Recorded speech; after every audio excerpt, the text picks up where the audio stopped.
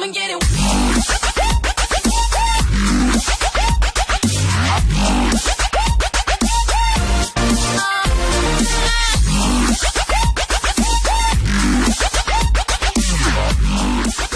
Olá, eu sou o professor Danilo de Oliveira e na videoaula de hoje nós vamos falar sobre um assunto importante, história do Brasil, um assunto específico do sexto ano do ensino fundamental, mas que também é revisto de forma mais aprofundada no ensino médio, né, no primeiro ano do ensino médio, é a questão do Brasil antes dos portugueses. Então, essa videoaula é basicamente sobre esse assunto. Lembrando que eu faço essas videoaulas para os meus alunos eles reverem o conteúdo visto durante as aulas, mas se for útil para você também, né, que não é meu aluno, mas que está assistindo o vídeo, né, então bom proveito, bons estudos, tá? Só para lembrar, né, se eu falo em Brasil antes dos portugueses, eu tenho que, de certa forma, né, falar sobre a questão do povoamento da América.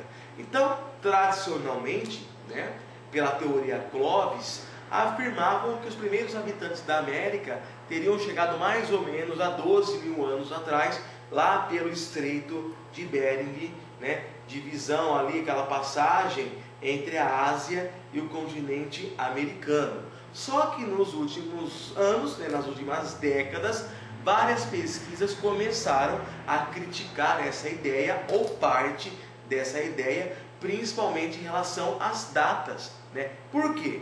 Como, já vou direto para o caso das descobertas brasileiras, tá? Como que, por exemplo, o homem chegou na América há 12 mil anos atrás, se, por exemplo, né, na região de Minas Gerais, em 75, eu vou ter vestígios arqueológicos, né, a Luzia, com a mesma idade praticamente, 11.500 anos. Como que eu posso ter, né, chegado ali a 12 mil anos e estar no sul da América no mesmo período? Então, se a teoria tradicional não é errada, pelo menos a data estaria errada. Então, assim, as descobertas arqueológicas das últimas décadas começaram a mudar um pouco essa questão do povoamento do território americano e, consequentemente, do território brasileiro, tá? Então, a Luzia, que foi encontrada pelo Walter Neves, né, começou a contestar a teoria tradicional, também chamada de teoria Clovis, tá?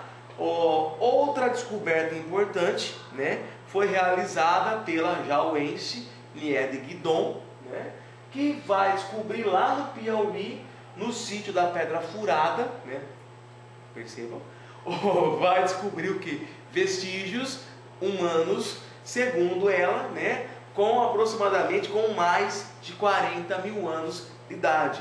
Então, essas descobertas vão colaborar ainda mais para criticar a chamada teoria tradicional. Independentemente de qual teoria está certa ou não, o fato é que esses povos foram habitando a América, né, e a América portuguesa, inclusive, dando origem aos nossos ancestrais, aos povos indígenas, tá? Lembrando que isso é importante, que eu quero que vocês tenham claramente em sua mente.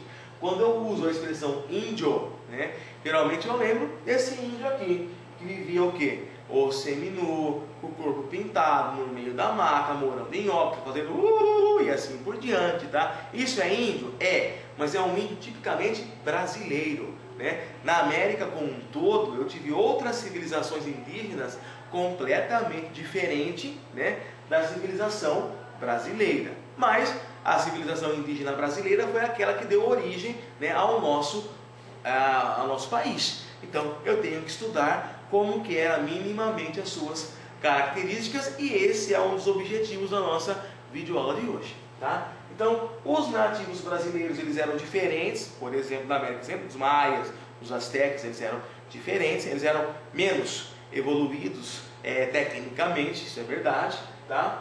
Não viviam em centros urbanos, não possuíam conhecimentos de engenharia avançada, técnicas avançadas de agricultura, eram técnicas rudimentares, né? Com a prática inclusive da coivara, que você tacar fogo na mata para preparar o solo, né?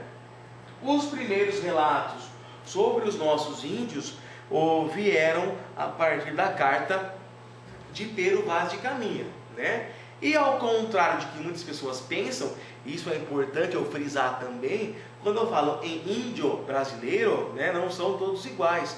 Eu tenho centenas de povos indígenas, cada povo com a sua cultura, com costumes, né, relativamente diferentes. Então esse mapa aqui mostra para vocês alguns dos principais grupos indígenas que habitavam, né, o território brasileiro. E dentro de cada grupo desse eu tenho outros subgrupos, só para citar alguns, né, os principais: Tupi-Guarani, Gê, Aruá, Caribe, Pano, Tucano, Charrua, né?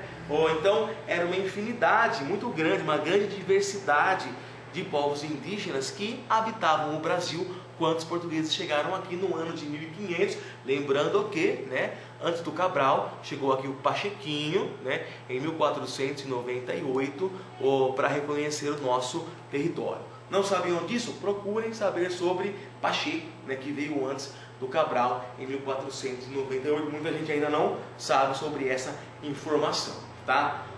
Então, as características gerais dos povos indígenas brasileiros eu posso citar, né, e são essas daqui. Então, eles viviam em um nomadismo, eles não tinham uma vida sedentária, não tinham uma moradia fixa, né? A base da alimentação era o que, professor? Era o milho, era a mandioca, era a caça, era a pesca, né? Eles respeitavam a natureza? Mais ou menos, né?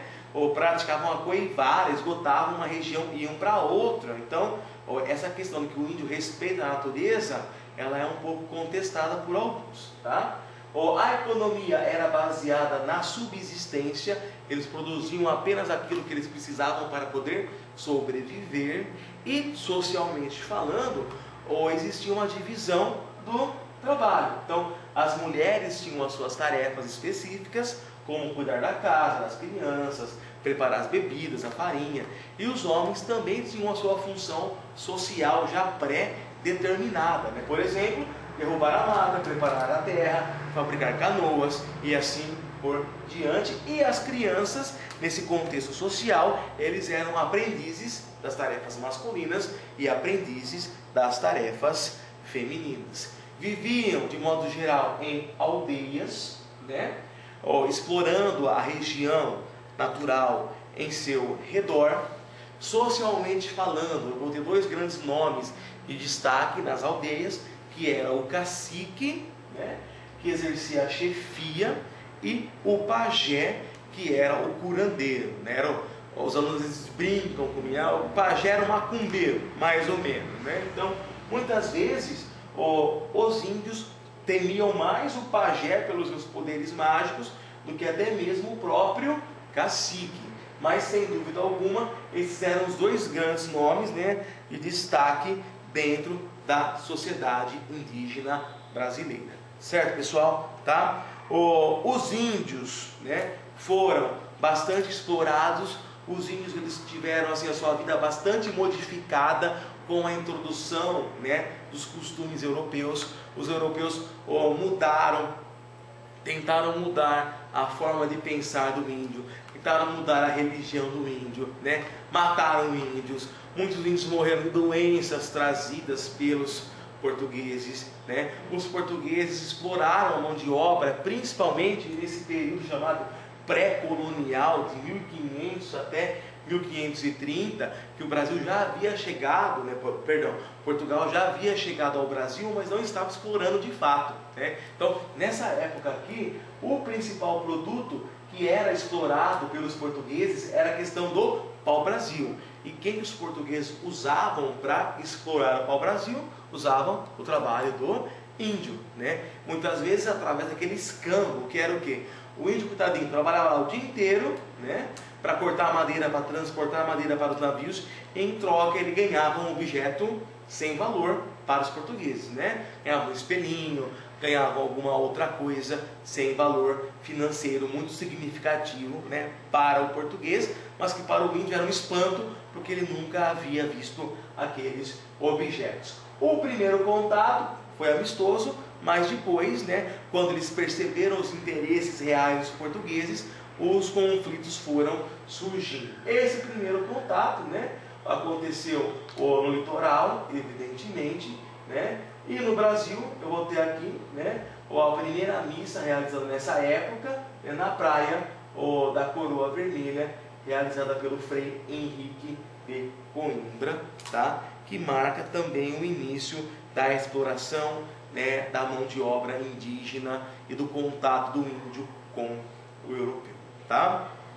O pau-brasil, madeira valorizada por causa da fabricação de corantes, tá? Então era uma madeira bastante valiosa naquela época e era aquilo que os portugueses encontraram de modo mais fácil para poder tirar algum proveito do Brasil inicialmente, tá? Tanto é que, conforme eu disse, durante os 30 primeiros anos, o Brasil ficou relativamente abandonado por Portugal, que estava mais interessado lá no comércio com as Índias, tá? Esporadicamente, né, aconteciam algumas expedições exploradoras pelo nosso território e esporadicamente aconteceram algumas expedições chamadas de guarda-costas, né? Porque como o Brasil estava abandonado, alguns países já começaram, né, a tentar invadir o território brasileiro, e aí os portugueses às vezes, né, promoviam expedições para proteger e expulsar os estrangeiros que estavam dominando o Brasil.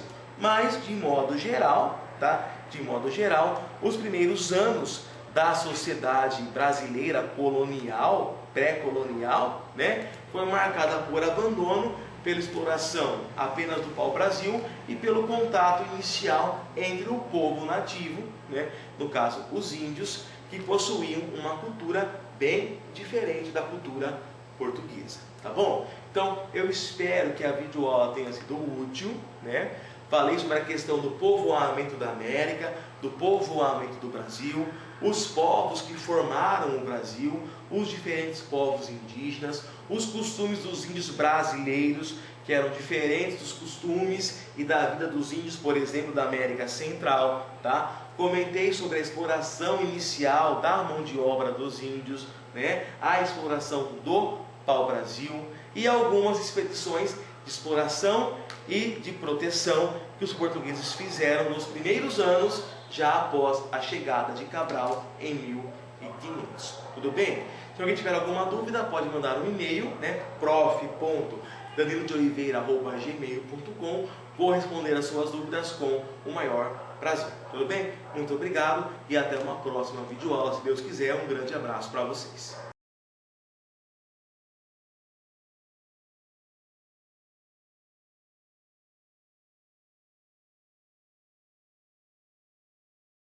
Come and get it.